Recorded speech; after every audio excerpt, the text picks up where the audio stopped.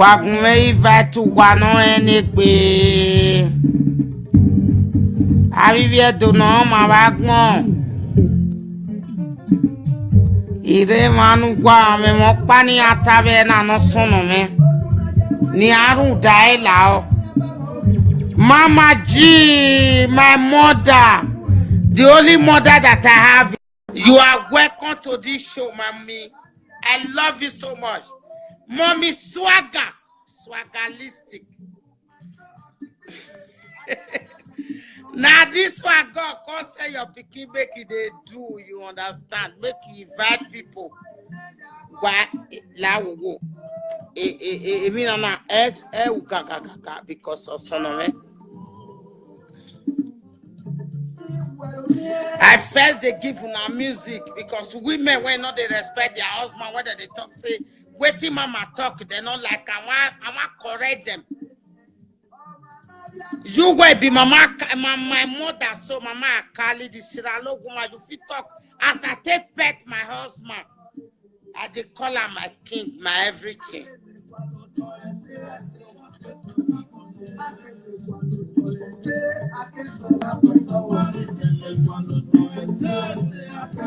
May I invite people? May I invite people? May I invite better people? Oh yeah. Make all of una the enter 1. I be not want to enter this thing. No people they carry me the enter because they don't get respect. If you they tell the truth, they go they fuck up. Moon, I invite people, my dear.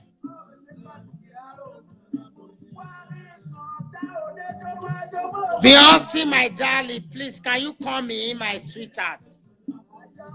Umi I invite you, I got him money. Mano anyway. Ni ate dadoge ma dadoge no sugu pai ya gbebe Nigeria.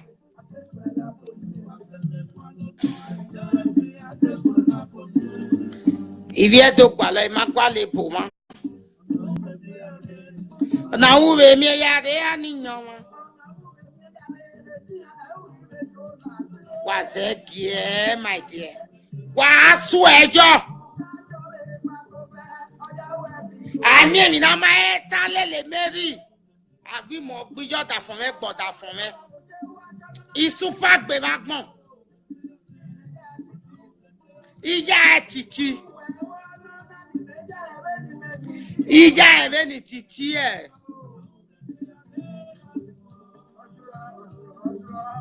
Azwane kobo oswejo my lovely Erije. Gume stop him na ngwa. Stop nonsense, Gary. I don't need DJ. Come on there. I beg. Adding him all. Adding him to na call night we're busy. I'm busy so much. Hello, my dear. There is one word when I talk yesterday. May I first pray before I go start my word. Now understand, I don't want to play this music for now. Now we're not the hear Benin, where they hear English. You get one word when I want to talk today. I not talk say make people know they marry. I not talk say because of my own make people not marry. I only they advise people when they marriage. All the days when they born me where they talk to now. So this Mary, Mama Swagger, the widow that have swagger, the widow that not beg before he eats, when they born me that time. We they respect our elders. With you they know person where is senior you, but nowadays we know they know people where is senior us. Women, because of women, I come out for this cassette. I know they come out for yes, say I can't they play. I know they come out say I can't they talk about people. I they talk about what thing I they hear. You understand me? Women when they Europe now, so now they see husband say Nigeria people they collect on our husband. Why Nigeria girls not go collect on our husband? No, not tell me. We not say Nigeria girls. Up Nigeria girls, may they say amen. Why they not they collect on our husband? Because Nigeria girls, they get respect.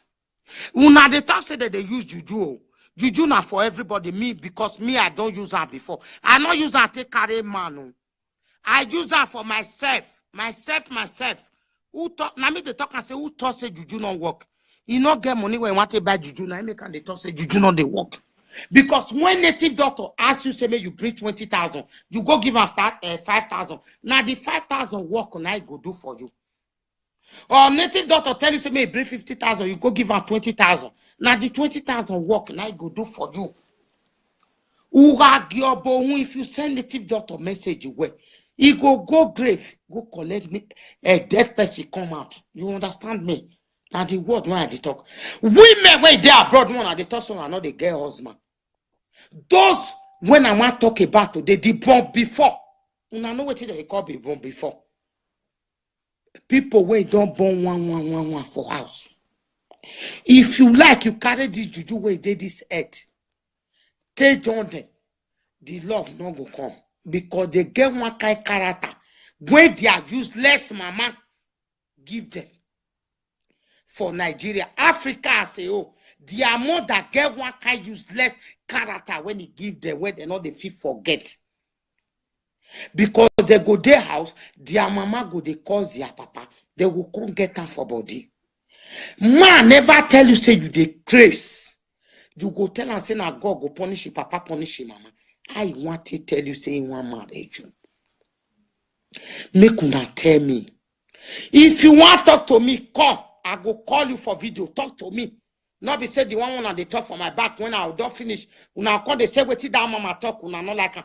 Talk to me physical. I dey here. Now maybe mama swagger. The widow that not beg pastor to feed. Now me dey here so. I know they beg anybody say me feed me. I be widow when get swag. My husband do for me before he die.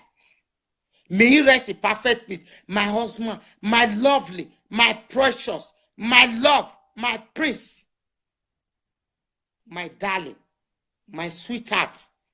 The only man that I will marry if I come back to this life. Man never insult una. Una go curse him papa, curse him mama. The man go they still they tell una say this person when you they call so he don't die. You they tell and say nothing they happen. You know one parable when I they make. Who not see you pursue one, he go say it too wrong. If native doctor do medicine for you, love medicine for you, do not get respect. That love medicine not go work. And we know it not go work. Now my brother, let omo wiji in a warwe. O suni wene. Ihon there. Anybody when you know this word when I talk, so they go know the kind of person when I they talk for Orion on that side, but from Yokorion. Now they talk and say, if I do love medicine give you, you not get respect, you not go work. Love medicine need respect. It does not leave violence. Una say una see man. The man get money, not the spend that for una. Una not get respect. If you feel open your toto give 15 years old boy, you have to respect him, even though you date 30 years old, because he is the head of the house. I talk one word today, people they change that to me, say, Mama, if your husband break your heart, which kind of word be that? You are very stupid to ask me that kind of question. If you love somebody, I want to ask Africa people, the whole world in Africa, not Europe. Do you know the spelling of L-O?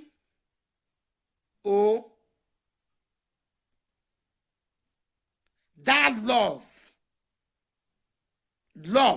that 4 words. You now know where I stop at so. L-O-V-E. You now know what it be love. If you love somebody, you can do anything for that person. Anything where that person do not they offend you. That is what you call love. Nigeria people, Africa people does not know what is love. You go know African man today. He never even know you, never get your phone number. He go say, I love you. Do you know the meaning of love? No. A white man will not tell you. A white people will not tell you the first day he met you that he love you. He will say, I like you. After likeness, I take you. After I take you, before he will tell you, I love you. Africa, man, you people, una they disgrace una self. Una they fool una self. Una they make me the verse. Una they listen. Una when one listen, una listen where. Una they make me the verse. Una go no woman today. That 4 letters. L-O-V-E. Una know waiting in me. Una say I love you. I love you. Una know what to be. I love you. When you love somebody, you don't alter somebody. When you love somebody, you don't let that person cry in your presence. When you love somebody, you don't let that person in sorrow. Africa people don't know what is love. You only call love. Love. If you want to talk to me, call me on video call. Talk. I will listen to you. Not the one where you people calling. I does not have time for that today. Women, with the talk of women, one of the verse put so. Like me, Mary, I don't want to marry again. I want flesh. When I dey come this life, I say now only my husband I want marry. Victor Oboite. I marry him. He pay my dowry, do court marriage. He buy for court, he buy for God hand. I don't marry, I not dey marry anybody again. No black man will clamp this my chest. Even though you get million, it will never happen till I die. If you not like, make una the right hand. It not go happen. You like, you beat heaven and earth for me. Now where my husband do and rich, now there go rich. Now white people, now go the cheer for my husband. Because una no know what it be love. Una no know what it be woman. Una no know how to take care of woman. Like that girl when they talk today, say mama fuck up. I not fuck up, my dear. If you want your marriage to be good, if your husband slap you, you're not supposed to go tell your mama, say your husband slap you. You're not to go tell your sister, say your husband slap you. You're not to go tell your friend, say your husband slap you. You're not to go tell your friend, say your husband slap you. Because if you need peace in your home, that blow when my husband gave me when blood they come out when I talk today. I love my husband so dearest because my husband was my tearjerry. He was my love. He was my king. He was my God. He was my everything in my life. You people don't know that. Know that. Because you think when you just have a boyfriend, it's your boyfriend. Your boyfriend is your brother. It's your sister. It's your love. It's your everything. What you cannot say to your mother, you can easily say it to your husband. But some people don't know that. You think marriage is a plane. Marriage, you don't graduate. Marriage is what you cannot bring certificate out. Result, you can never bring it out. Everybody is managing. Like the way I said 3 days ago, or 2 days ago. If you don't marry 2 wives, you will not go and settle 2 people. To somebody that married 2 wives matter. Or you day marriage. You go they follow person when you know they marriage. They do friend. Wait till you say me that person tell you. He go tell you say where you dey no good because as you they come out, in they enter. Or you not marry 3 wives, you go they settle 3 matter. 3 people, person when you marry 3 wives matter. Now lie. You know where we women, we don't want correct. You don't want get sense. We don't want take advice. We women. I be woman. I'm not perfect. Those when I don't date before I marry my husband, they go they see me now. They go they talk say yes, this woman is saying the truth. Even though I friend you the time when I be gay, the time when I never go meet my lovely husband, my precious husband, my God, my prince, my God, when I never go meet him. If I wake up in the morning, I will lay down with my 2 limbs. Even though Naisha you be, I'll say like this. If not Bini, I'll say like. If they curse me, I'm not going to curse you because I want your joy. We women, we need only our joy, our joy. We don't need men. Man never swear for your mama. He never swear for your papa.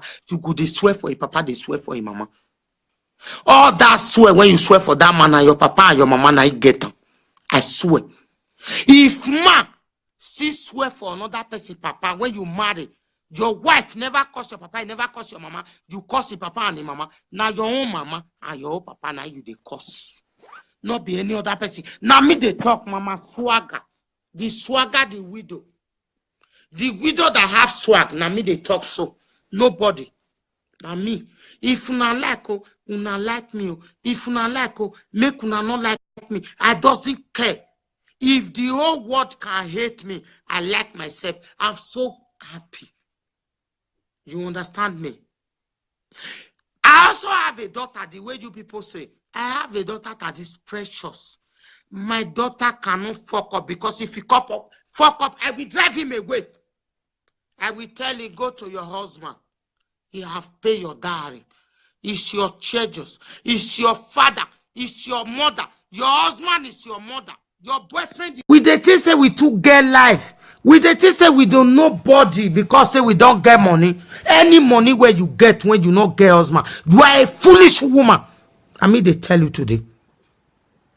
Any money where you get as a woman, no man pay your dowry. You are a foolish woman.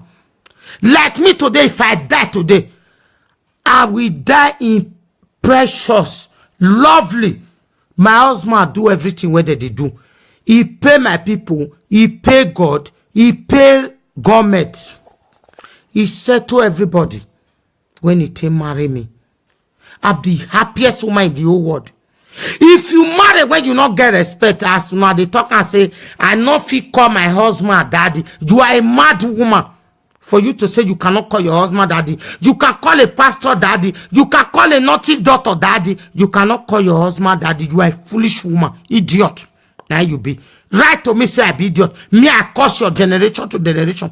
The time when they born your mama, call your mama if you still get your mama. If your mama still there alive, call and say the time when you marry your papa. If you want give your papa food, he go lay down. As he want carry the plate, he go lay down. Now so I tell Lena for my grandma hand. Now we can't see nonsense. Nonsense upon nonsense upon nonsense. Una know the shame. Nigeria women come abroad. They turn Europe to nonsense. Una not get respect. Una go fight for ban off.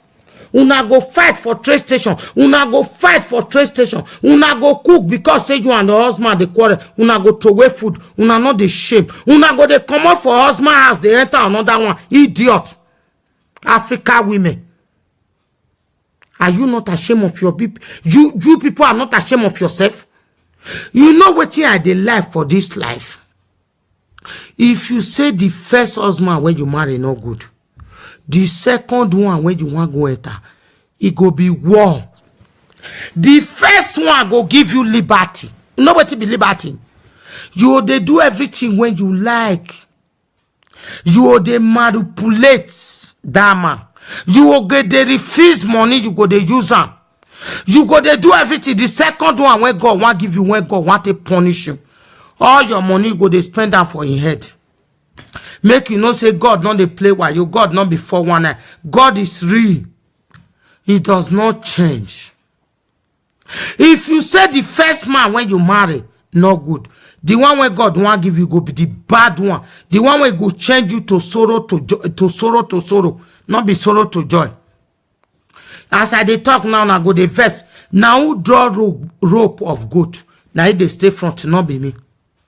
Some women, they when they marry, they know they pay house rent. They know they buy food. All the money where they get, they spend that for themselves. Where they'll come leave that man, they'll come marry second one. All the money where they use to go be the man. You see, say you are so useless, so idiot. It good man you carry bag when you no good. Now carry the one where you get home. That me they talk. I be mother swagger, the swaggerlistic. The widow when not get swag. The widow when get swag. When not the best pastor may give her money. Now I be. Now me be this. Now me they talk so. If you like see me tomorrow, you greet me. Like you not greet me, now your own business. It does not interest me. Like what did that girl talk today? Say I talk say my husband break my eye. If my husband break my eye, now my eye break, you not break your own. Because I was saving my marriage. My mother, when I want to go talk, say my husband break my eye. What you want talk? You go spoil my marriage. My sister, when I want to go tell, say, okay, sorry, darling. My marriage say he spoil am. Wetin he want do? He go spoil am. If my brothers can't beat my husband, they kill am. They go bring my husband come back. No. That is where women are very, very wrong. I have a daughter, a special daughter, lovely daughter, princess, angel, my mirror. The baby that wake me when I'm sleeping. My daughter that make me not to do bad again. I repent because of my daughter, not because of anybody. If he do bad for his husband's house, I go drive him back. Anybody when you know say he be my pikin when I born. When I not born for my belly, I born them when they don't come. They know what thing I feel do. Where you for do bad, I go tell you say nine. He get one of my pikin when he arrest his husband. I tell her say I give her 24 hours. Go and release your husband. Everybody they beg her, pastor beg her, everybody beg her. He no agree. As I tell her, say, if you know that I'm your mother, I'm your precious mother, the mother that is half swag, the mother that can fight for daughters, go and release your husband. After 2 hours, he tell me say your husband don't the house. I'm mother like that. You understand? I not be fake mama. I not be mama where you don't know what's up. Anyhow when tired. If you use me to do mama, your husband want marry second wife. I tell her say that second wife no go come, no go come. Now me be me. I felt tell her that they say I be last born of devil. Last born of devil. Now me they talk and say, Oba no they use another person name. They give people name. Now your real name now they give name. As then they tell una na miss una they marry. Una no one here. Like me, I don't want marry again. No, I want go marriage. Me, I don't finish in one place. I want born put. My mama born for many places. I don't want do one. My husband, mama born for one places. I don't want do one because that cost. I don't want make it follow me. You know why I like my husband, mama children. The two when I like for inside most. I be like till the one don't fuck up.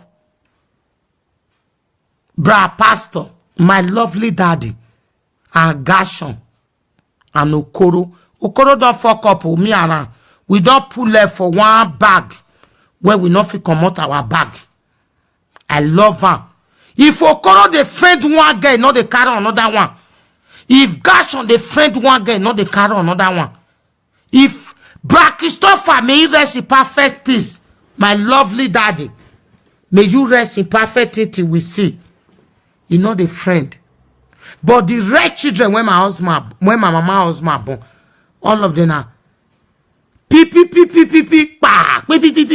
where then today? No day. You see the three people when I mention their names, so that's why I say they hate me. Oh, me, I don't hate them. They only hate me, I don't hate them. They did not know what they are doing because they are children. They are my children. Over the Okoro saying want kill me. If Okoro kill me today, not go win anything for my body. He go only go there, go cry. Because he go not say he look somebody. He leave somebody when he be mama for him. You understand me? I be mother. When they tell people say what you they do not good. If the whole world hate me, so for me cannot hate myself. That girl when he talk that word, so say my husband knock my head, blood they come out and not fit talk. You know one thing. If you and your husband they fight, you they report yourself to your mama, you are spoiling your marriage. Marriage. If you and your husband quarrel, not let them pass 5 minutes. 10 minutes is the limit. If your husband come from work, give her food, make he eat. Give her toto, make he fuck. Because mouth and teeth they quarrel, tongue and teeth they quarrel. Now my power bomb me sumoluwa. Almost sumoluwa falari pikin. I talk from Egba. Say if me and wife they quarrel, me and Itoto no they quarrel. But una go come abroad. Una will come turn to offer no mega like say they never see una body before. Women wey dey Nigeria go they collect una husband, una go they come and they cry because una no feel una husband. Nobody feel collect my husband. My husband they see me now they rejoice because he know the kind mama when he marry. If they talk, I get one song when I dey play for my husband that time when he dey alive. Me, I play for now. If he wake up in the morning, I know they stupid. I'll say, my life, my joy, my native chalk, my everything in my life. My husband was a big flirter, but he not carry woman come meet me for house one day. He not receive woman phone for my eye for one day. Despite say he do wetin he do. Because why? I dey respect him. Respect, even though you be atiti poyo you as I be so, ma go make am marry you. Una ne wetin una dey look. Una dey look, una beauty, una not fine. Atiti poyo you better person.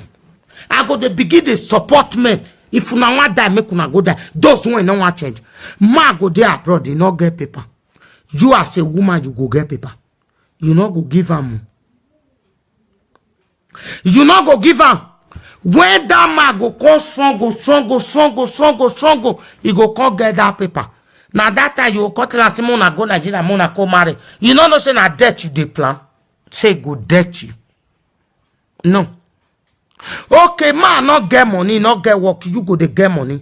You not go give am. You go be offer no mega. When that man go come get money, you say me come marry you decrease. Now God go punish you. Punish you of generation to generation. You know say that man not go marry you. May we still stop from there. Now there you will see some women. Their children go dey ground, they never marry. He go get 26, 27, 30 something. He never marry. Old mama go see the tie canopy. When he own senior pikin never tie canopy. Idiot. They're full Vienna. They're full of all over the world.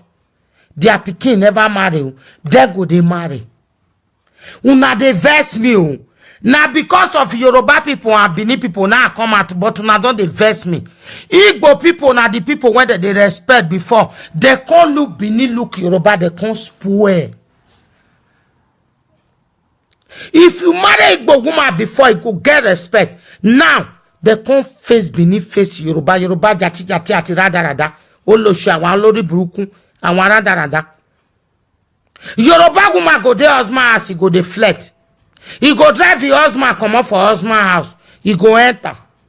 He go drive another person, go enter. Only 1 month when I stay Lagos when my husband die. Waiting I dey see, woman go carry pikin for back. Get another belle. He go dey sell bread. You go ask and say, madam. He go say, moti no you, onyu akpa eniye.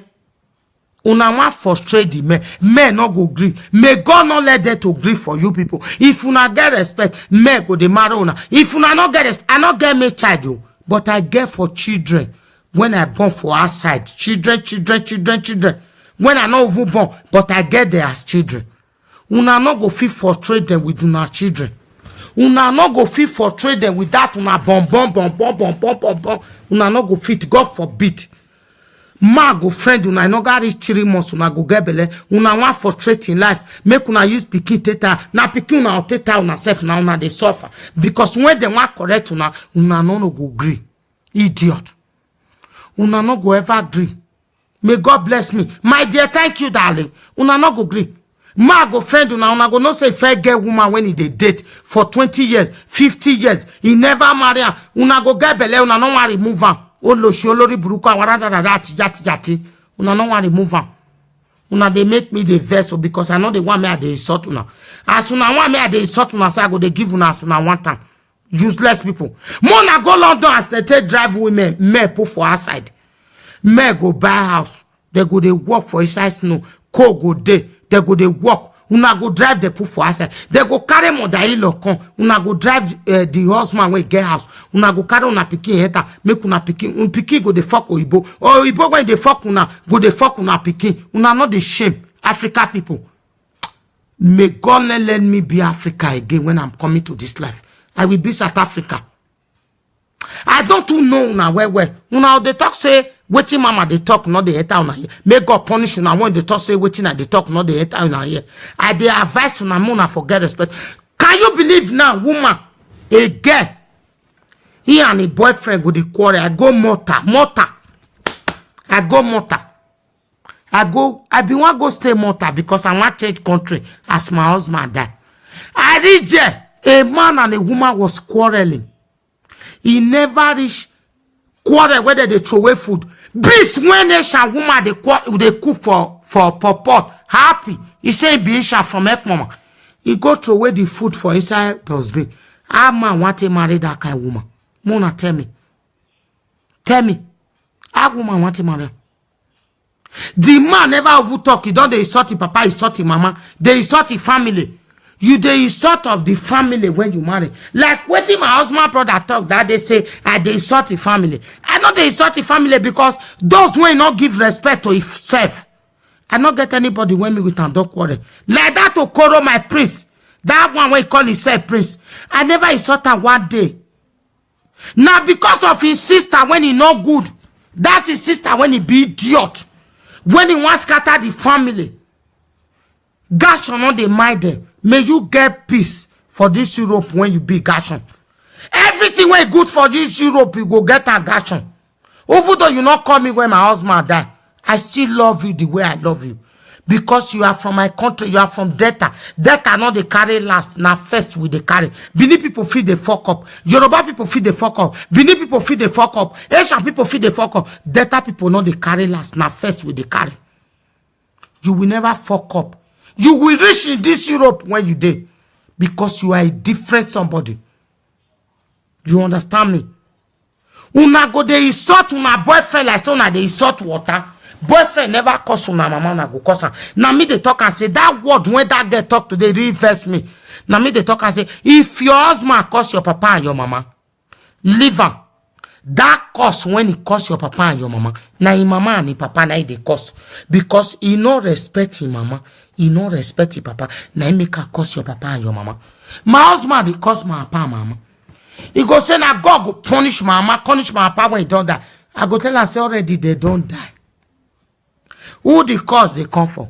If they cause to his mama and his papa, because my own papa and my mama they don't die. He too don't go meet them. You see how? You don't understand me? I do not go they do paka punguna de Europe.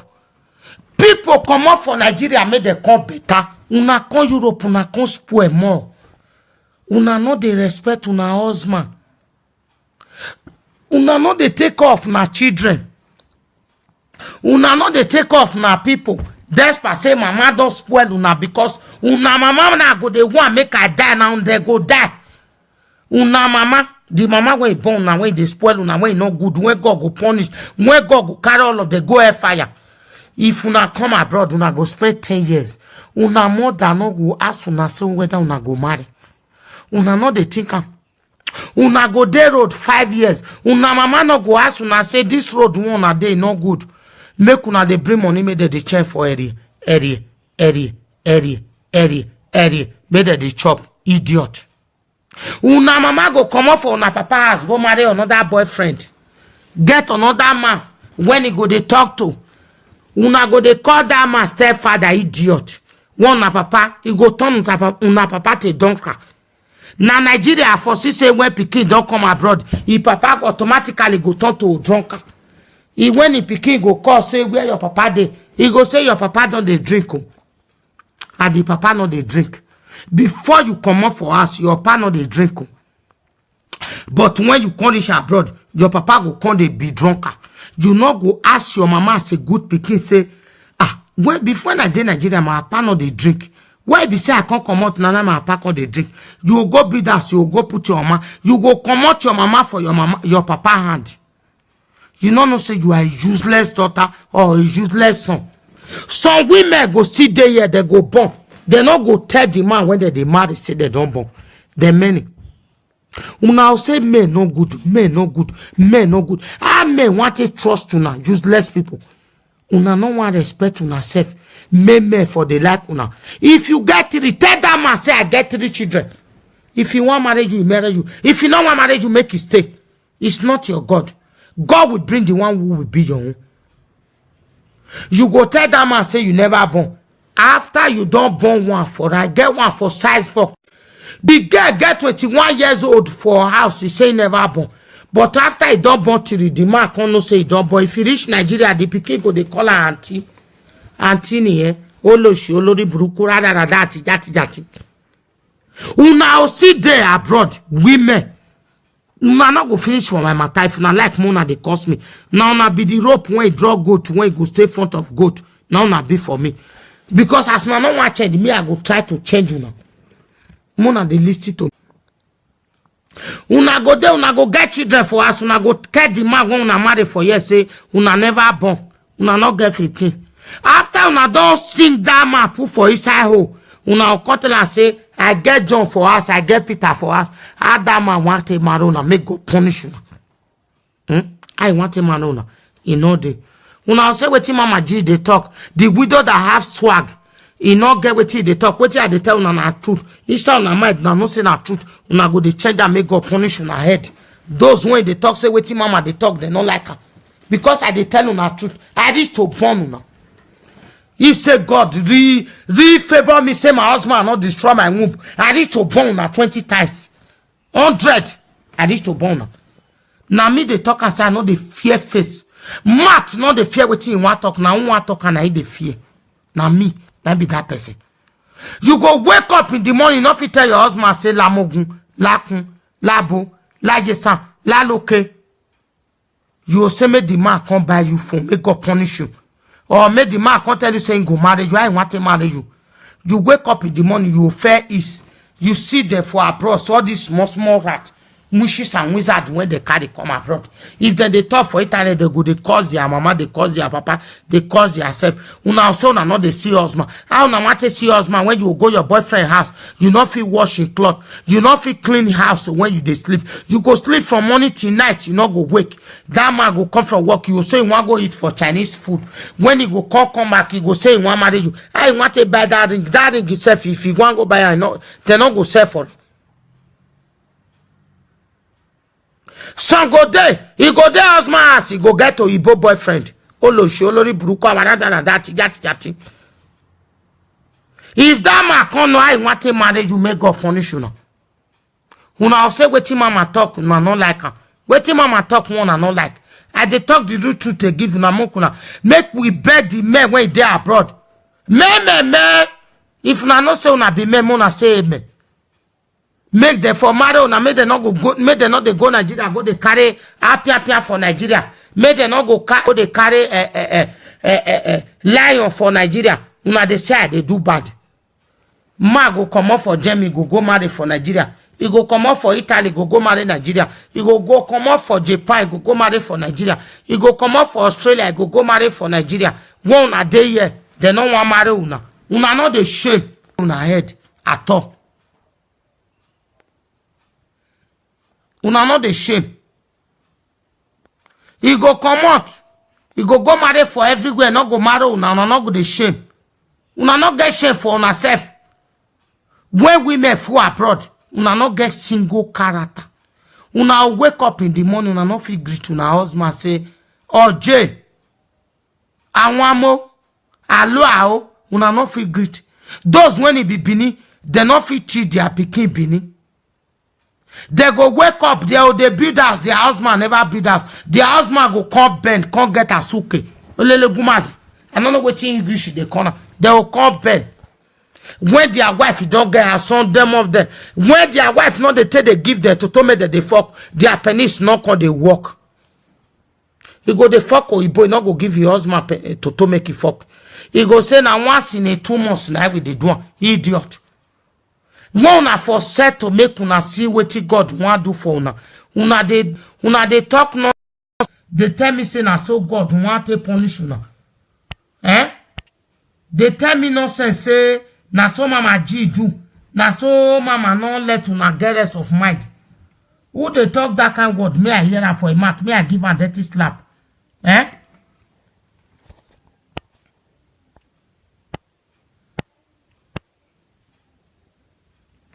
Una they understand me because I they tell una the truth. Make una they do well. Una way be women men for the marriage you. Now so you go see some women. You go introduce men give them. I introduce one man give one girl for Vienna.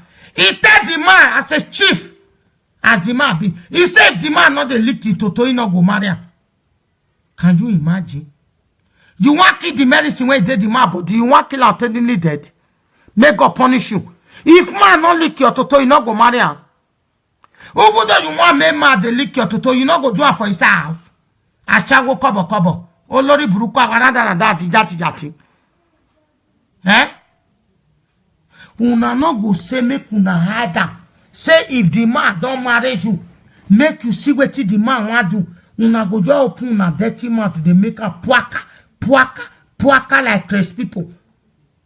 So people go they talk say mama na wetin you see. I don't see anything for my husband house.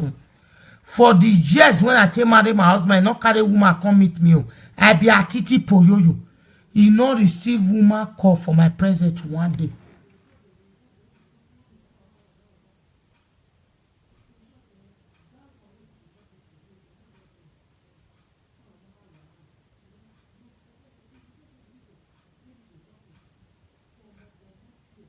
You understand me? Una not go respect una husband. Una husband not go get paper. Una not go give am. When that man go collect paper from another place, come. Una come say that time may go pay una daddy. May daddy kill una head. Una not fit tell us may go pay una daddy because people when they look for paper, una not give am. Eh? Una not give her the paper. It.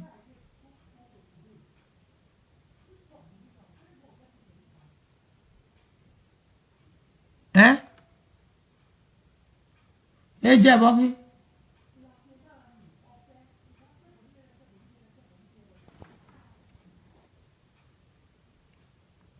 Una they understand what I dey talk.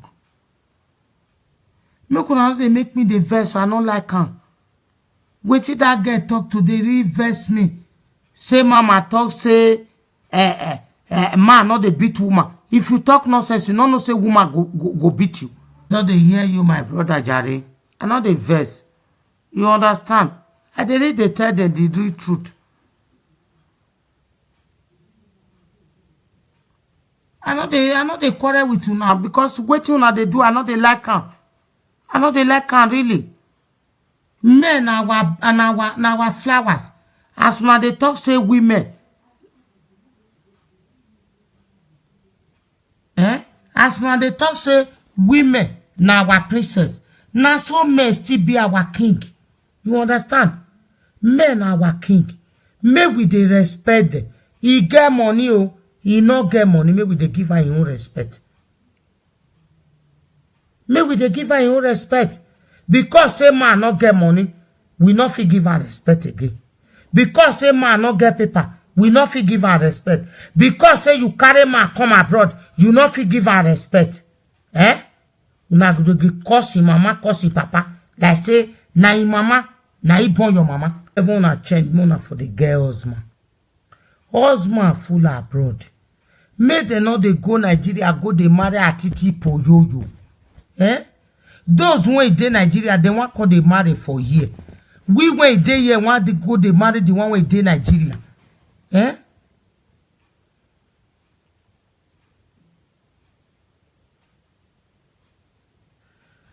Now waiting I get for Nana be today.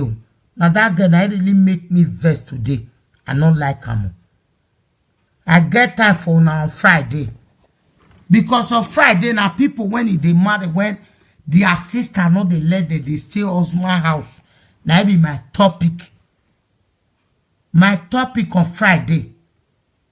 You go marry husband sister not go let you get peace. Brother not go let you get peace. Yeah.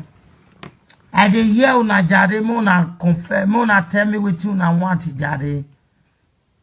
I tell una say una they call me, una they talk. Eh? Una they talk, I dey hear una.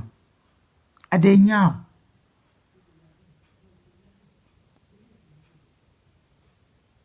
Una good night. Tomorrow we go see. Take off yourself and be a good.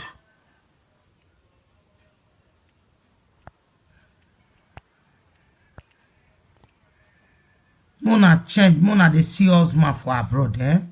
Mona change. May we dey chop rice, better rice. Not be say Mona they sort my husband, no good. Beg na net, not just good, just can I make I stop am. Make una sleep well, make God bless everybody, my dear sisters and brothers. You know, say this life, who they talk truth, and I be bad person. Now me they talk and say, if the whole world they hate me, so far make I like myself. Make I not hate myself. You understand? I bless everybody, make everybody change. As I did they tell una this word, may God put her for una mind. Make everybody take change nowadays. May we not they collect our brother. Because anybody when he come from Nigeria come here. When he come from the whole Africa come here, we be the same brothers and sisters. We be the same blood. May we not they drive there, they put for our side. May women wait they here, may they see us man, when they this word, may we they see us man.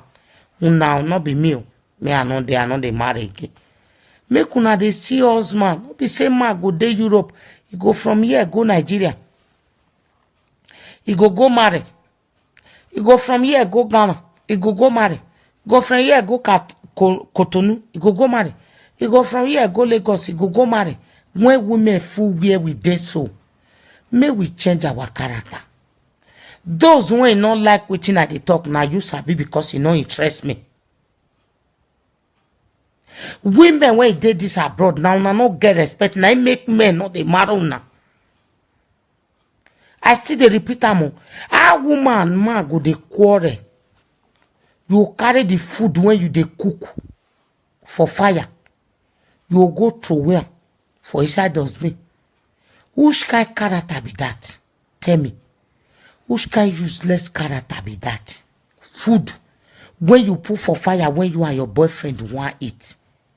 Now from boyfriend, neither the entire husband and wife, you go to where the food for inside dustbin. You can't believe say that man go can't tell you tomorrow say I love you. Where you want tell you saying love you? Love you go where? If he tell you saying love you, no say na curse. You no say na swear.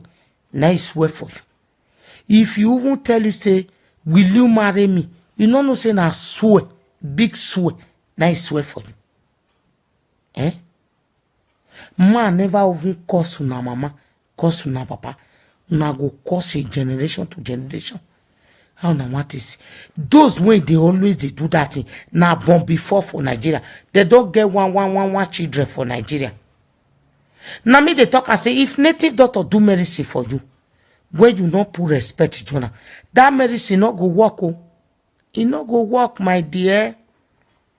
Native doctor, babalawo, obo, he do medicine for you, saying I love medicine. You know sabi greet. You know sabi neat. You know sabi cook. You know sabi do bedroom. The medicine no go work. You will see some women and they go break. He go they send their husband message. Like say they send him pikin. Honey, no, so not go over con honey. Honey is so big. They not go over con honey. He go say, I bet me put water for fire like say na your pikin. Like say they send your first pikin message. Help me put for. May my husband rest in perfect peace. You know fit send her that kind of message. Now cause, now go cause your generation to generation. Now God they punish your papa, punish your mama. When you go send her say me help you put for water for fire. They crazy. Medicine where they give you may take bath you, they use until they drink them. They bring that nonsense. When you go send out that kind of message, say, honey, please can you help me to put fire, put water in the fire? He go ask you whether now you be the man, be na him be the man. Whether now you be the king of the house, be na him be the king of the house. The person when they tell you that truth, now not they take her. Now the nonsense. I first talk a day before yesterday say, man when no married to wife. He no fit settle two wife matter. Man when no married three wife. He no fit settle three wife matter. Man when he marry one wife, now he first they settle one wife matter. Woman wey dey husband house, he go dey make friend with somebody wey no dey husband house. He want make him own spoil. Because only the advice when that woman go dey give you, the one wey no dey husband house, na to spoil. Now he go dey give you. He no go give you better one. Una dey feel me, my brother. Una no say wetin I dey talk na true. E be like say you carry woman come abroad now, parcel, DHL, one of the import they come, or the DHL. You go import them, come from Nigeria. As you import them, come from Nigeria. You never carry your mama come on. You first give her 3 months visa. 3 months visa go finish. You go increase her to 6 months. He go come no grant. He and the pikin go come drive you come off for house. You say God do bad. No, now you use your hand cause problem for yourself. Because mama when he no stay husband house, he no go want make him pikin stay husband house. Mona share this thing to people. More than when he no dey husband house, he no go want make him pikin stay husband house. Na true. Na mama wey dey husband house, na he go want make him pikin dey husband house. Na sister wey dey husband house, na he go want make his sister dey husband house. Na brother when he marry, na he go want make his brother marry. Those wey no marry, they no go want make their own brother marry. You see am, my dear. You no go gree. E be like say you marry now, you dey follow somebody wey never marry, dey waka. Which advice you say make that person give you? Na rubbish. Anytime when you tell her say my wife is no good, na fire you go dey put. Driver. If you be a woman, you marry, you dey follow somebody wey never marry, dey waka. All advice when they go dey give you, come out. Now he go dey give you because he no marry, he no want make you marry. Make we dey exercise patience. Make we dey think. Una dey talk say Nigeria women dey collect our husband. Nigeria women dey collect our women as they dey talk am. Those when men wey dey abroad they go say if woman go Nigeria, he go marry for there, he no go come back. Na true. Wetin Nigeria people dey do? They be shentro, ashawo. Shentro. They do shentro pass una way dey abroad. Because they be the real shentro Nigeria men. Women go pay their house rent. Women go they say 100 or go they give them 40,000 naira. They go they chop am. Women go still carry them from Nigeria come abroad. Come stay. They no go know where they dey. They don't know as they buy baby food. They don't know as they buy napkin. But una when they here when you supposed to hold now man when they here una go use that they do Sarah for the people when they Nigeria. They will say they be actress. I don't know whether for they see actress.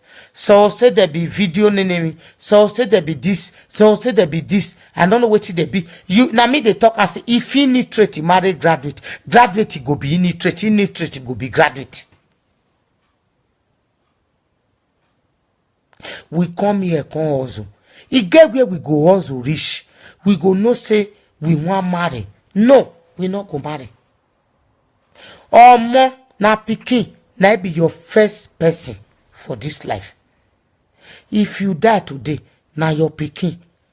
Na you go first see your nakedness before your mother children, before your sisters, before your brothers go see your nakedness. Or more chioma. Na pikin na be person. Una no dey take am. Mona take time me I no dey vex with una mo. Women mona change, men mona change. The men mona change. Before your family go come see your nakedness when you die. Na your pikin. Na so you see some women They go carry their children come this abroad. Their sister go dey collect money on top of their head. They go carry their children come. They will say they use Ghana. Go Nigeria. They will say they use Ghana, go chop aduro. They use Cotonou, go chop aduro. They go deny, say they get children. When their children they suffer, they not fit to say their children are human being. May God forgive you people. May God forgive you. Eh? Which women are they call on herself? Which mama? If that pikin not can respect you tomorrow, you say that pikin not good though. My pikin they insult me. When your pikin come here, if they pay, they give your own sister. If they collect the money. Eh? Tomorrow when that pikin not can give you €5 when you not get, you call the swear. That's where when they swear for that pikin and you get them. Eh? Mona take time, Mona not let me the verse. I don't want verse. Now understand. This night I don't want verse. Mona take time. Those who don't want respect their husband. Now una go there, una go old, una no go born. Now una no. Me, I don't born my own finish. I don't withdraw. Now una they go marriage, now una they suffer. Because if una not get character, una no go see husband. Even though you get back character, fair hide. Make the man pay your diary first before you go dey bring her come out. Now go insult to her husband, insult him mama, insult his generation, call her bad luck, call her this, call her idiot. Eh? How that man want to marry you? Wanna tell me?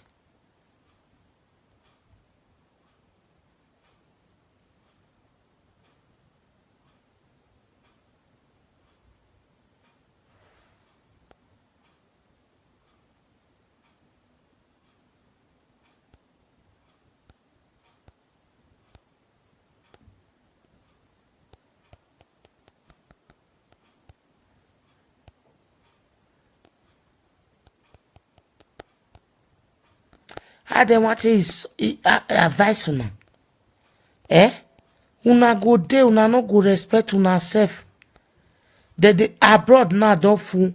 He get mama, he no get papa. He get mama, he no get papa when una they see, so he good. Eh? You see women. You ask them, say, where the papa? Where your father of your children, go say, he get mama, he no get papa. Eh? Where therefore they see, he get mama, he no get papa. Now you pregnant yourself, where go get mama, he no get papa. Because your character not good. If person they tell una say una change una character, una go they swear for the person, say the person not good. Eh? Una change you. I no want make Europe men make they go Nigeria, make they marry una. Eh? Make we they see una for internet say that they say happy marriage, happy marriage, happy marriage. Will they happy? Eh? Not be say we they see say that they go home, go they marry. They go they marry DHL, they come. Go una fight babe. Una way get what's up. Una way be sharp. Una way know what tip day. Una day here that they go Nigeria, go they marry at tipo you. Una take time.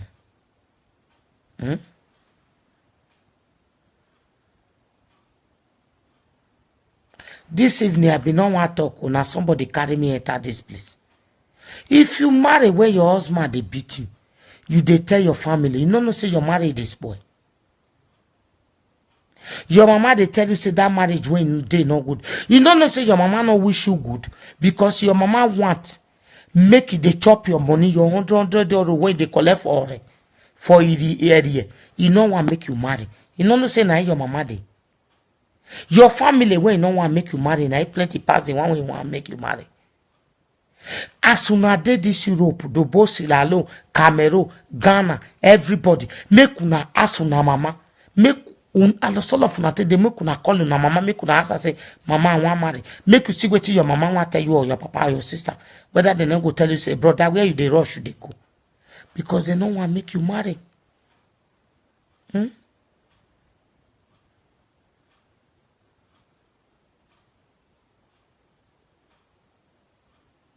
They no want make una marry. Those when you go still see husband, they no go respect yourself. Una go dey insult una papa husband, una mama husband when he don't die. Una go dey insult am. E no good. E no good. If that person when he die come click your bucket now, they will say na your mama mate, na he kill you. Eh? E no good. Next week, I visit us on Friday if I go there house because I be traveler. I go tell you about sisters when they marry, when they not they let their brother wife they settle for marriage. You go use what Peter do, you will come out to God do it body. Because say you dey Nigeria, man disappoint you. If you reach abroad, if you can't see the better one, you say what you born before do you come put her for Gabriel body. It no good now. It no good. May we change.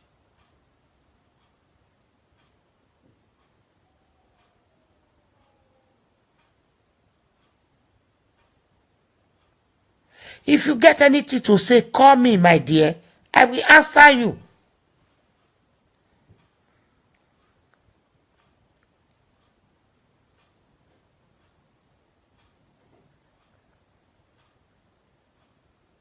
I beg, brothers and sisters, I'm gonna change. I beg. Now bad word, now they give slap. Eh? Una they change. Una they let me the marrow now. People, make una they change. Our Nigeria women and Nigeria men, Africa women and Africa men, make una change. Una turn the people when they abroad to mumu. They be una slave.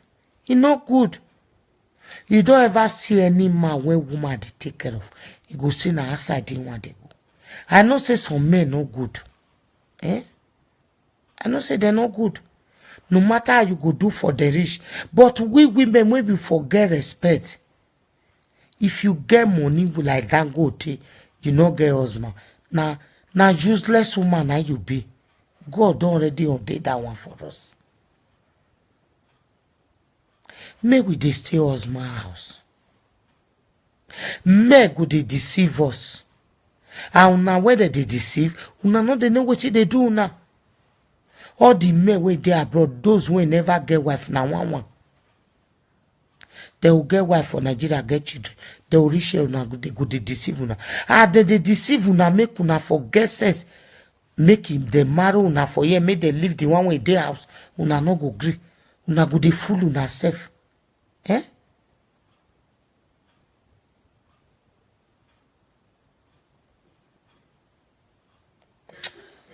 I beg, my dear, I want sleep. Tomorrow, on Friday, we go talk. I want talk about Ozma people, their sisters and brothers. Woman, when you come up for a papa house, come up for a mama house, call they bear your name. Not be bad thing I do. Na good thing. Now that one I want talk on Friday. Mona, bye-bye.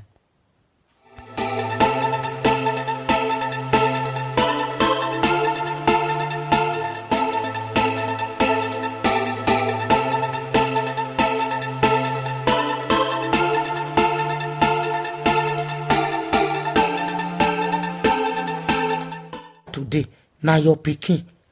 Now you go first see your nakedness before your mother children, before your sisters, before your brothers go see your nakedness. Or more, chioma. Now pikin, I be person.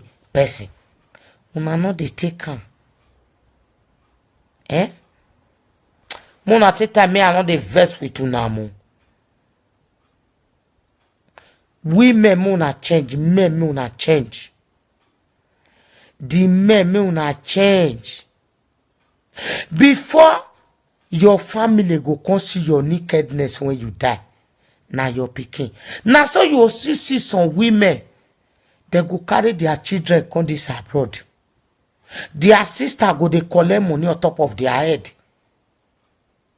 They go carry their children come, they'll say they use Ghana. Go Nigeria, they'll say they use Ghana go chop aduro, they use Cotonou go chop aduro. They go deny say they get children. When their children they suffer, they not fit to say their children are human being. May God forgive you, people. May God forgive you. Which women are they calling herself? Which mama? If that pikin not can respect you tomorrow, you say that pikin not good though. My pikin they insult me. When your pikin come here, if they pay, they give your own sister. If they collect the money. Tomorrow when that pikin not can give you €5 when you not get, you call the swear. That's where they swear for that pikin and you get them. Mona take time, Mona not let me the verse. I don't want verse. Now understand. This night I don't want verse. Mona take time. Those who no want respect their husband. Now una go there, una go old, una no go born. Now una no. Me, I don't born my own finish. I don't withdraw. Now una they go marriage, now una they suffer. Because if una not get character, una no go see husband. Even though you get back character, fair hide down. Make the man pay your dowry first before you go to bring her come out. Now go insult to her husband, insult his mama, insult his generation, call her bad luck, call her this, call her idiot. How that man want to marry you? Wanna tell me?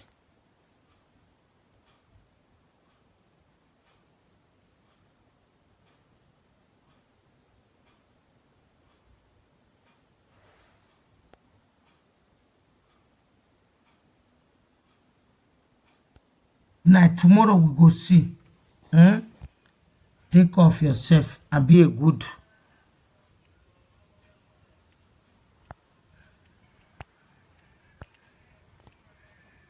Mona change. Mona the see husband for abroad. Mona change. May we the chop rice, better rice. Not be say Mona the sort on her husband, not good. Beg na net, not just good, just can I make I stop him. Make una sleep well. Make God bless everybody, my dear sisters and brothers.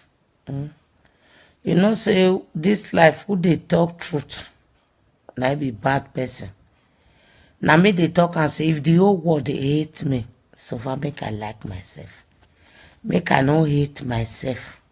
You understand? I bless everybody, make everybody change.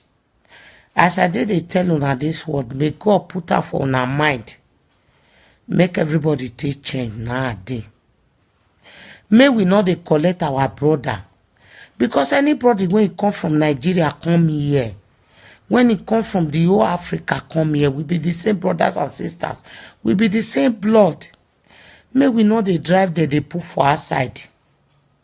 May women when they here, may they see us man when they this word, may we they see us man. Now not be me.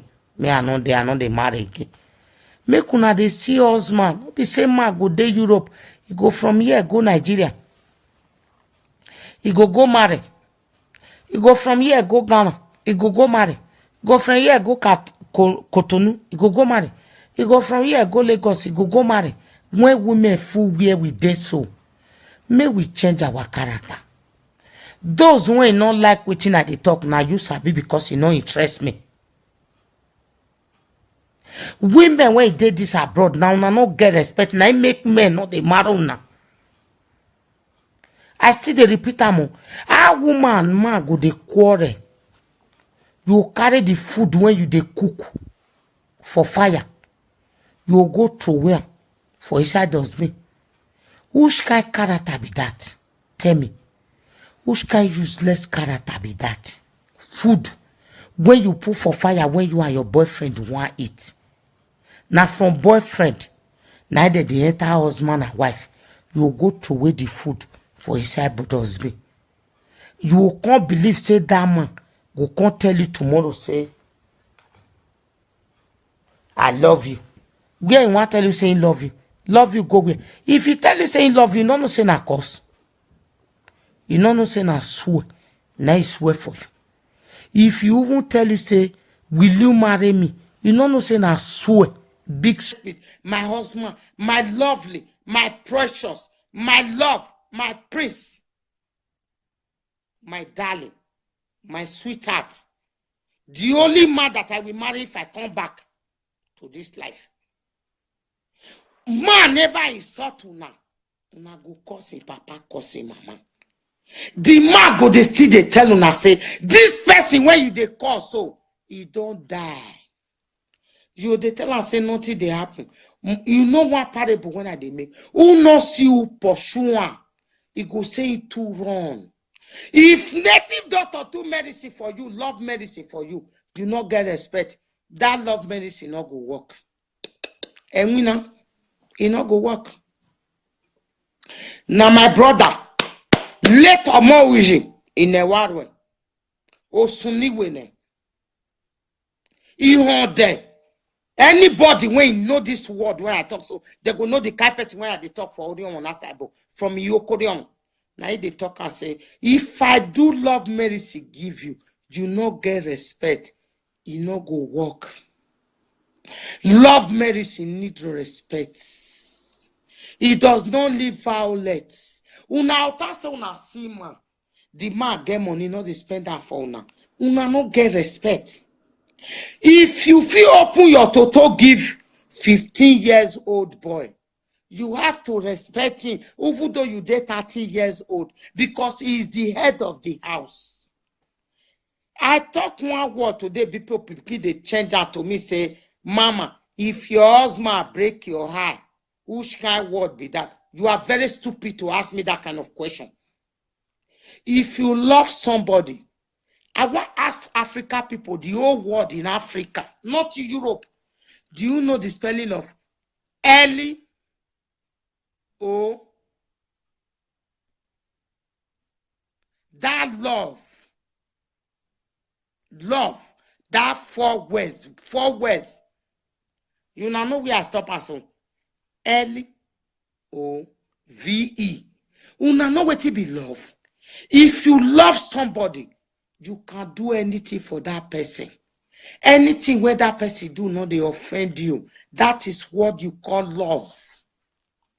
Nigeria people, Africa people does not know what is love. You go know African man today. He never even know you, never get your phone number. He go say, I love you. Do you know the meaning of love? No. A white man will not tell you. A white people will not tell you the first day he met you that he love you. He will say, I like you.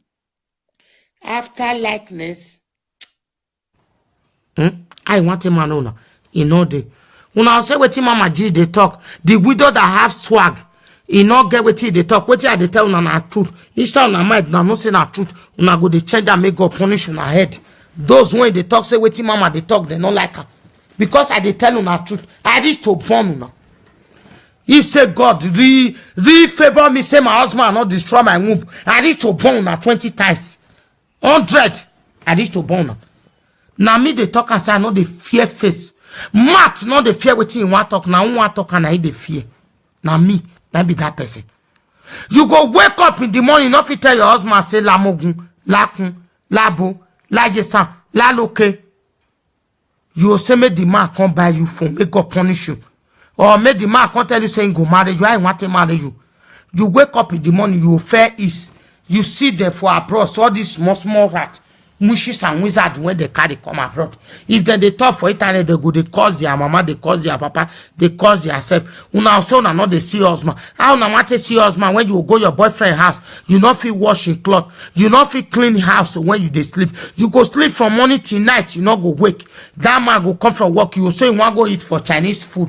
When he go come back, he go say he want marry you. I want to buy that ring itself. If you want go buy, I know they not go sell for. Son go there, he go there as my ass, he go get to Igbo boyfriend. Oloshi, Olori Buruko, that. If that man come no, I want to marry you, make God punish you now. Una say wetin mama talk, una not like her. Wetin mama talk, one I not like. I they talk the real truth they give una mokuna. Make we beg the men when they abroad. Me. If una no say una be men, una say amen. Make them for marry una, make them not go, make them not they go Nigeria, go they carry apia for Nigeria. Make them not go they carry lion for Nigeria. Una they say they do bad.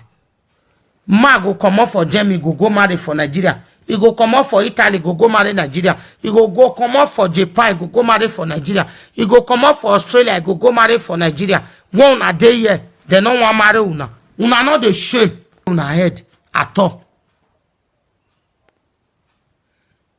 Una not the shame. He go come out. He go marry for everywhere, not go marry una. Una not go the shame. Una not get shame for una self.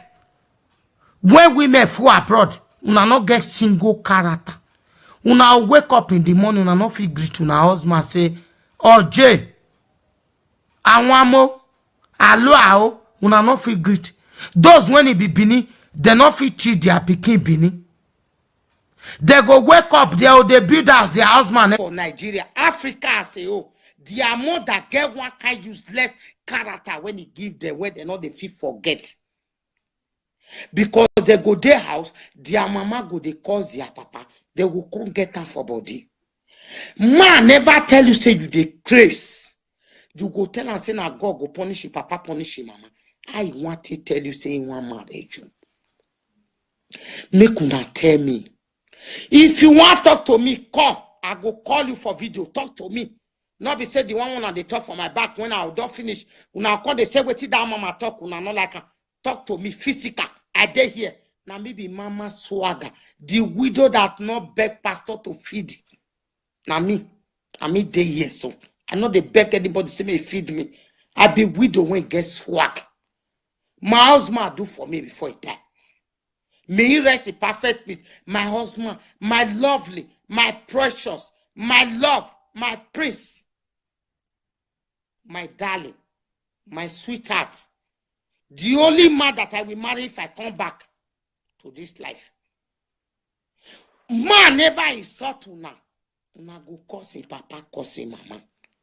The man go they still they tell una say, this person when you they call so, he don't die. You they tell and say nothing they happen.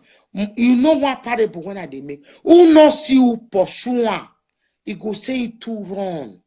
If native doctor do medicine for you, love medicine for you, do not get respect.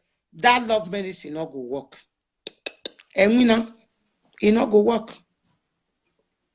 Now my brother, let or more wishing in a war. O sunni winning. You there.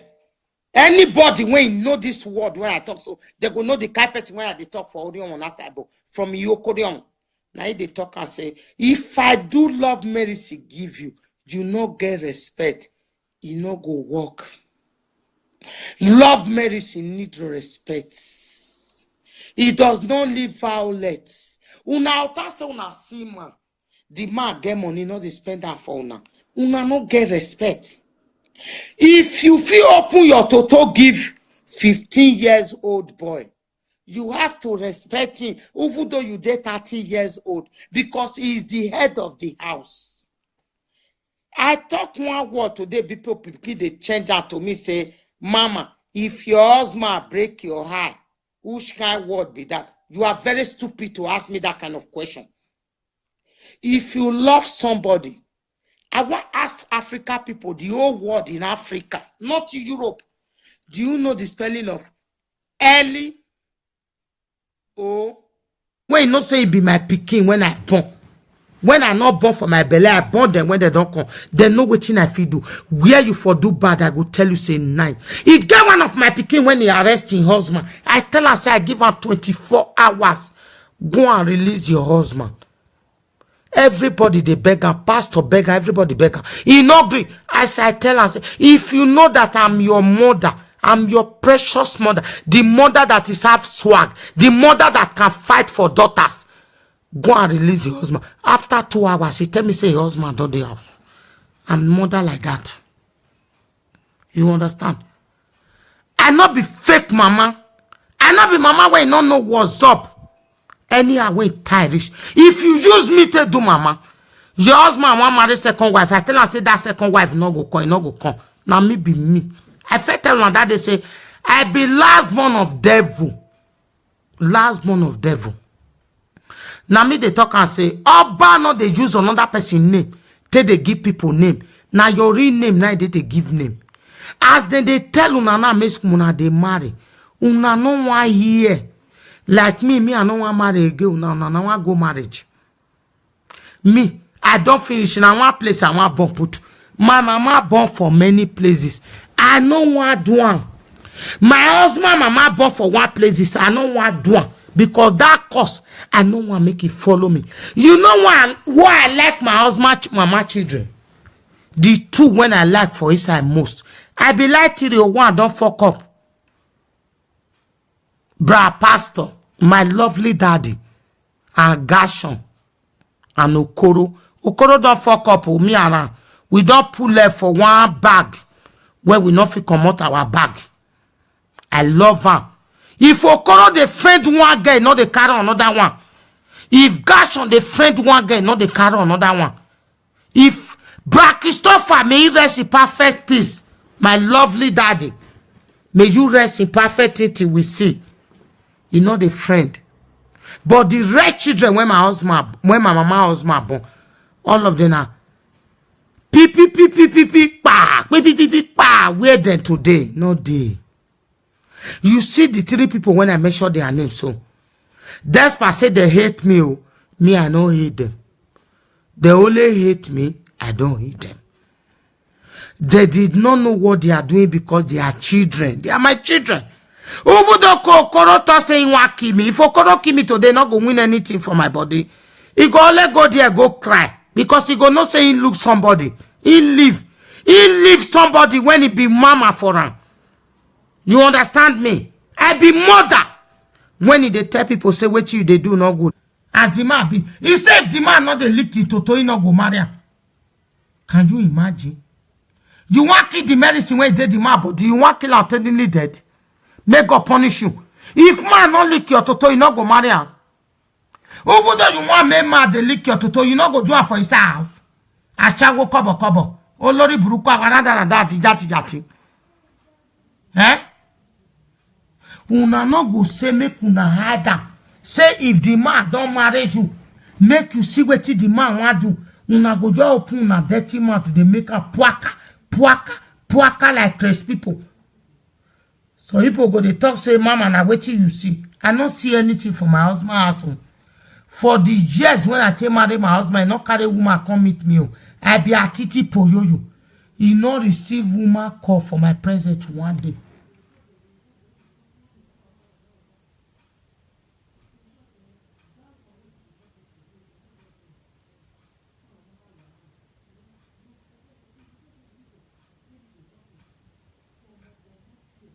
You understand me?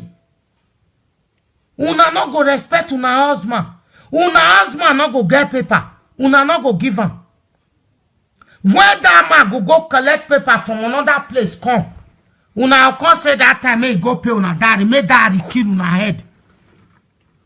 Una not fit tell us may go pay una daddy because people when they look for paper, una not give him. Eh? Una not give her the paper.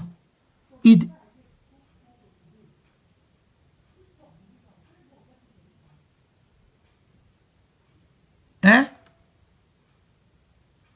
Eh, Jabari?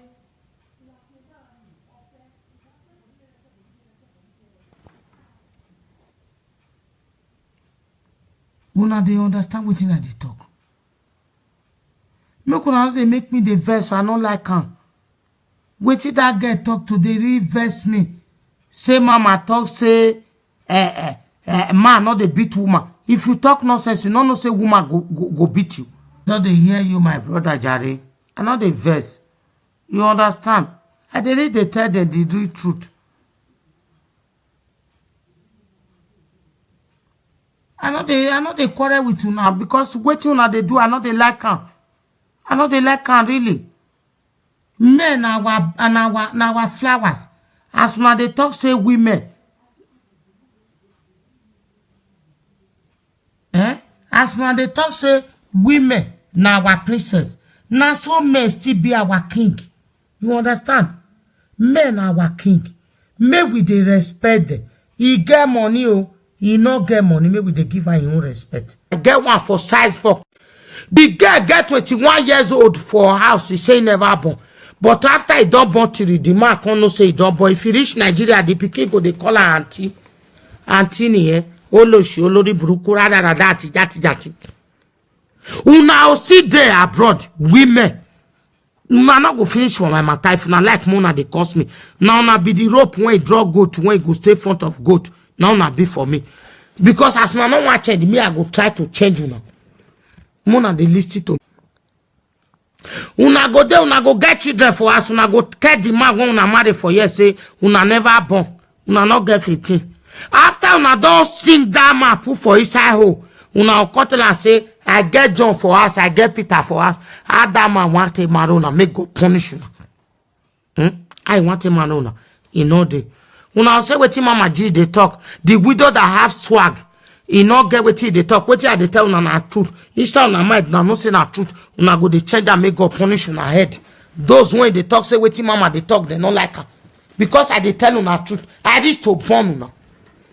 He said, God, favor me, say my husband not destroy my womb. I need to burn her 20 times. 100. I need to burn her. Now me, they talk and say, I know the fear face. Matt, not the fear waiting in one talk. Now one talk and I the fear. Now me, that be that person. You go wake up in the morning, not tell your husband, say, la mogun, la kun, la bo, la yesan, la loke. You will say, make the man come by you for make God punish you. Or make the man can't tell you saying go marry you. I want to marry you. You wake up in the morning, you fair is. You see them for abroad. So all these small rat, wishes and wizards when they carry come abroad. If they talk for internet, they go, they cause their mama, they cause their papa, they cause their self. Una also not the see husband. How una want to see husband when you go your boyfriend house, you not feel washing cloth, you not feel clean house when you they sleep. You go sleep from morning till night, you not go wake. That man go come from work, you will say you want go eat for Chinese food. When he go come back, he go say he want marry you. I want to buy that ring itself. If you want go buy, I know they not go sell for it. Son go there, he go there as my ass, he go get to Igbo boyfriend. Oloshi, olori buruku, jati. If that man come no, I want to marry you, make God punish you now. Una say wetin mama talk, una not like her. Wetin mama talk, una not like. I dey talk the truth to give una mokuna. Make we beg the men when they abroad. Me. If una no say una be men, una say amen. Make them for marry una, make them not go, make them not they go Nigeria, go they carry apia for Nigeria. Make them not go they carry lion for Nigeria. Una they say they do bad. Man, now because of Yoruba people and Benin people now come out, but una don't they vex me. Igbo people now the people when they respect before, they can't look Benin look Yoruba, they can't spoil. If you marry Igbo woman before, you could get respect. Now, they can't face beneath face Yoruba jati rada. Olosha, wan lori buruku, and wan rada. Yoruba woman go there husband house, he go deflect. He go drive your husband, come up for husband house. He go enter. He go drive another person, go enter. Only 1 month when I stay Lagos when my husband die. Waiting I they see woman go carry pikin for back. Get another belle. He go they sell bread. You go ask and say, madam. He go say, moti no you onyu akpa any. Una want frustrate the men. Men not go gree. May God not let them to gree for you people. If una get respect, men go they marry una. If una not get respect, I not get me child you. But I get for children. When I born for outside. Children. When I not even born, but I get there as children. Una not go fit frustrate them with una children. Una not go fit frustrate them with that una bomb. Una not go fit, God forbid. Ma go friend una no got reach 3 months una go get belle. Una want frustrate in life. Make una use pikin teta. Na pikin una teta una self na una they suffer. Because when they want correct una no go agree. Idiot. Una no go ever agree.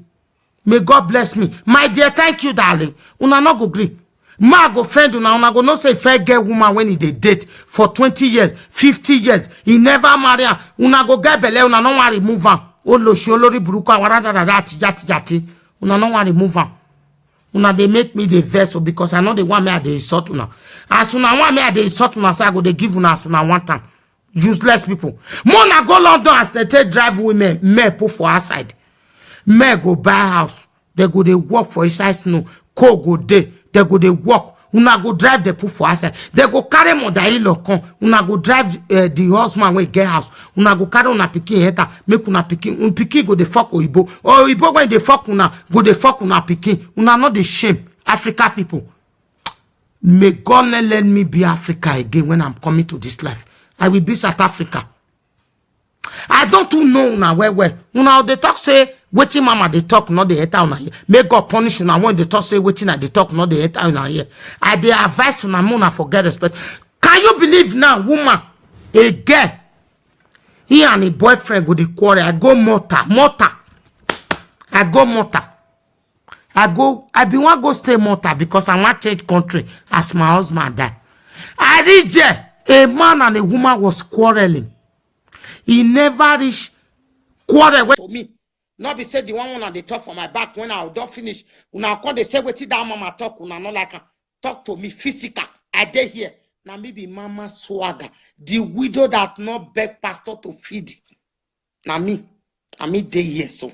I know they beg anybody say me feed me. I be widow when get swag. My husband do for me before he die.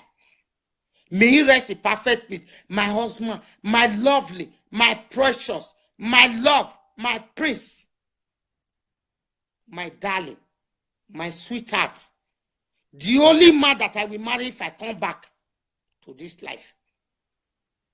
Man never insult una. Una go curse him papa, curse him mama. The man go they still they tell una say, this person when you they call so, he don't die. You they tell and say nothing they happen.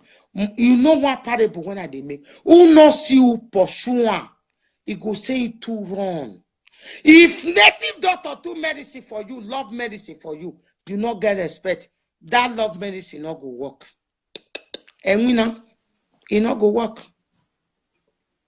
Now my brother, let or more in a war o sunni wene. Ihon there. Anybody when you know this word when I talk so they go know the kind of person when I talk for audio on that side from Yokodion.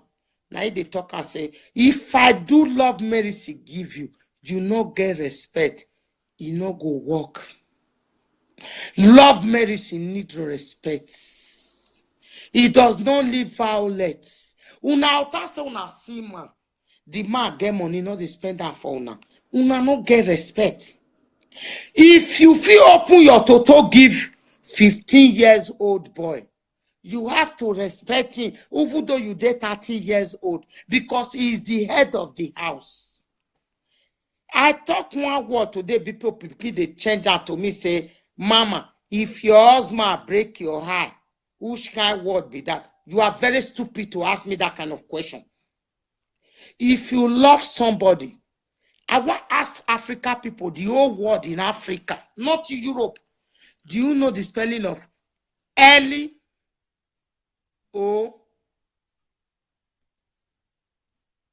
That love, that four words. You now know where I stop at so.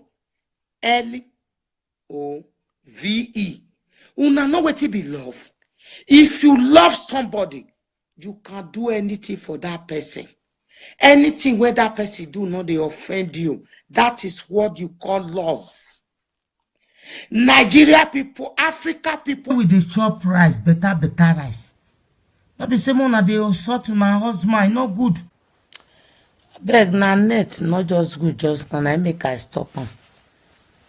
Make una sleep well, make God bless everybody, my dear sisters and brothers. You know, say this life, who they talk truth, and I be bad person. Now me they talk and say, if the whole world they hate me, so far make I like myself. Make I not hate myself. You understand? I bless everybody, make everybody change. As I did they tell una this word, may God put her for our mind. Make everybody take change nowadays. May we not they collect our brother. Because anybody when he come from Nigeria come here, when he come from the whole Africa come here, we be the same brothers and sisters. We be the same blood. May we know they drive there, they put for our side. May women when they here, may they see us man when they this world, may we they see us man. Now not be me. Me I know they marry again. Make una they see us man. No be same man go to Europe. You go from here, go Nigeria. You go marry. You go from here, go Ghana. You go marry. Go from here, go Cotonou. You go marry.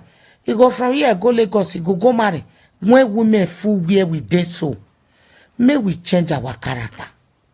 Those who ain't not like wetin I dey talk now, you sabi because you know interest me. Women when they this abroad now, not get respect. Now make men not they marry now. I still they repeat am. A woman man go dey quarrel. You carry the food when you dey cook for fire. You go throw where for inside dustbin. Which kind character be that? Tell me. Which kind useless character be that? Food when you put for fire when you and your boyfriend want eat. Now from boyfriend, neither the entire husband and wife, you go throw away the food for inside dustbin. You can't believe say that man go can't tell you tomorrow say I love you. Where you want tell you saying love you? Love you go where? If he tell you saying love you, no say na curse. You no say na swear. Na he swear for you. If you even tell you say, will you marry me? You no say na swear. Big swear. Na he swear for you. Eh? Man never even curse una mama, curse una papa. Una go curse generation to generation. How na what is those when they always they do that thing now born before for Nigeria. They don't get one children for Nigeria. If native doctor do medicine for you, when you not put respect, Jonah, that medicine not go work. Oh, it not go work, my dear. Native doctor, babalawo, obo, he do medicine for you, saying I love medicine. You know sabi great, you know sabi neat. You know sabi cook. You know sabi do bedroom. The medicine no go work. You will see some women and they go break. He go they send their husband message. Like say they send him pikin. Honey, no, so not go over con honey. Honey is so big. They not go over con honey. He go say, I bet me put water for fire like say na your pikin. Like say they send your first pikin message. Help me put for. May my husband rest in perfect peace. You know if send her that kind of message. Now curse. Now you go curse your generation to generation. Now God they punish your papa, punish your mama. When you go send her say me help you put for water for fire. They crazy. Medicine where they give you may take bath you. They use until they drink them. If they bring that nonsense, when you go send out that kind of message, say, honey, please can you help me to put fire, put water in the fire? He go ask you whether now you be the man, or be na him be the man. Whether now you be the king of the house, or be na him be the king of the house. Person when they tell you that truth, now not they take her. Now the nonsense. I first talk a day before yesterday say, man when no married to wife. He no fit settle two wife matter. Man when no marry three wife. He no fit settle three wife matter. Man when he marry one wife, now he first they settle one wife matter. Woman when he dey husband house, he go dey make friend with somebody when he know dey husband house. He want make him own spoil. Because only the advice when that woman go they give you the one when know the husband house. Now to spoil. Now he go they give you. He no go give you better one. Una they feel me, my brother. Una no say wetin I dey talk na true. E be like say you carry woman come abroad now. Parcel. DHL. One of the import they come. Or the DHL. You go import them. Come from Nigeria. As you import, they come from Nigeria. You never carry your mama come on. You first give her 3 months visa. 3 months visa go finish. You go increase her to 6 months. It go come no grant. Respect their husband, whether they talk, say, waiting mama talk, they not like, I want correct them. You will be mama, my mother, so mama, Kali, the Siralo woman, you fit talk. As I take pet my husband, I dey call her my king, my everything.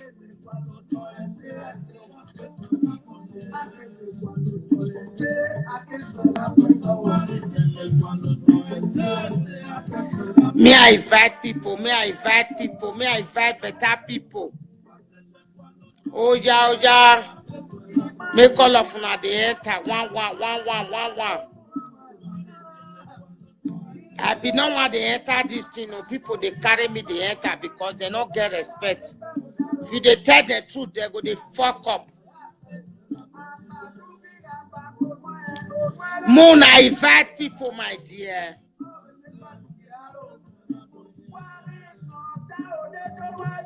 Beyonce, my darling, please, can you call me my sweetheart?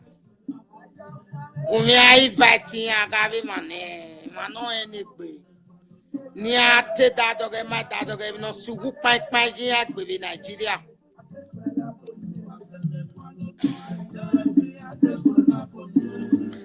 If you do kwale makwale poma. Na uwe mi yare ani nyoma.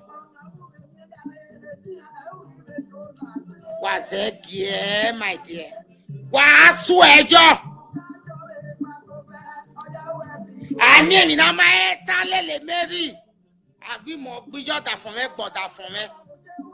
It's super bebagmon. Ija titi. Ija eveni titi.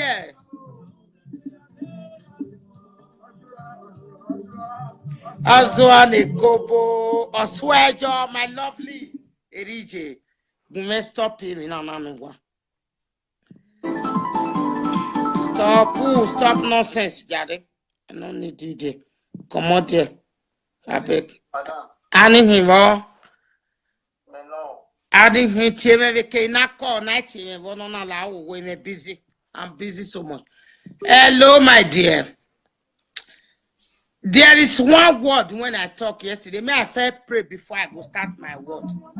Now understand, I don't want to play this music for now. Now we're not the hear Benin, where they hear English. You get one word when I want to talk today.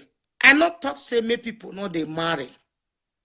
I not talk say because of my own make people not marry.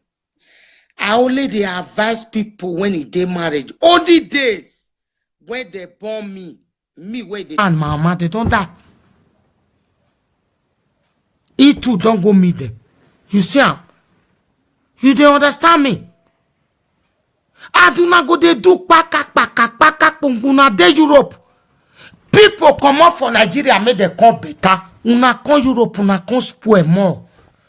Una know they respect una husband. Una know they take off na children. Una know they take off na people. Despite say mama don't spoil una because una mama na go they want make I die now they go die. Una mama, the mama when born now when they spoil una when no good, when God go punish, when God go carry all of the go air fire. If una come abroad, una go spend 10 years. Una more than no go ask una so whether una go marry. Una know they think una go day road 5 years. Una mama no go ask una say this road one a day no good. Make una they bring money make they change for area. Make they chop idiot. Una mama go come up for una papa house, go marry another boyfriend. Get another man when he go they talk to. Una go they call that man stepfather idiot. One na papa, he go turn una papa to donka. Na Nigeria for say when pikin don't come abroad, he papa automatically go turn to drunker. He when he pikin go call say where your papa dey, he go say your papa don't they drink. And the papa no they drink. Before you come up for us, your papa no they drink. But when you come reach abroad, your papa go come they be drunker. You not go ask your mama as a good pikin say, When before I did Nigeria, my papa no dey drink. Why be say I can't come out now, my papa can't dey drink? You go be that, you go put your mama, you go come out your mama for your papa hand. You don't know say you are a useless daughter or a useless son. Some women go sit there here, they go born. They not go tell the man when they marry, say they don't born. They many. Una say men no good, men no good, men no good. I men want to trust una, useless people. Una no want respect una self. Men for the like una. If you get 3, tell that man say I get 3 children. If you want marriage, you marry you. If you don't want marriage, you make it stay. It's not your God. God will bring the one who will be your own. You go tell that man say you never born. After you don't born one for I get one for size box.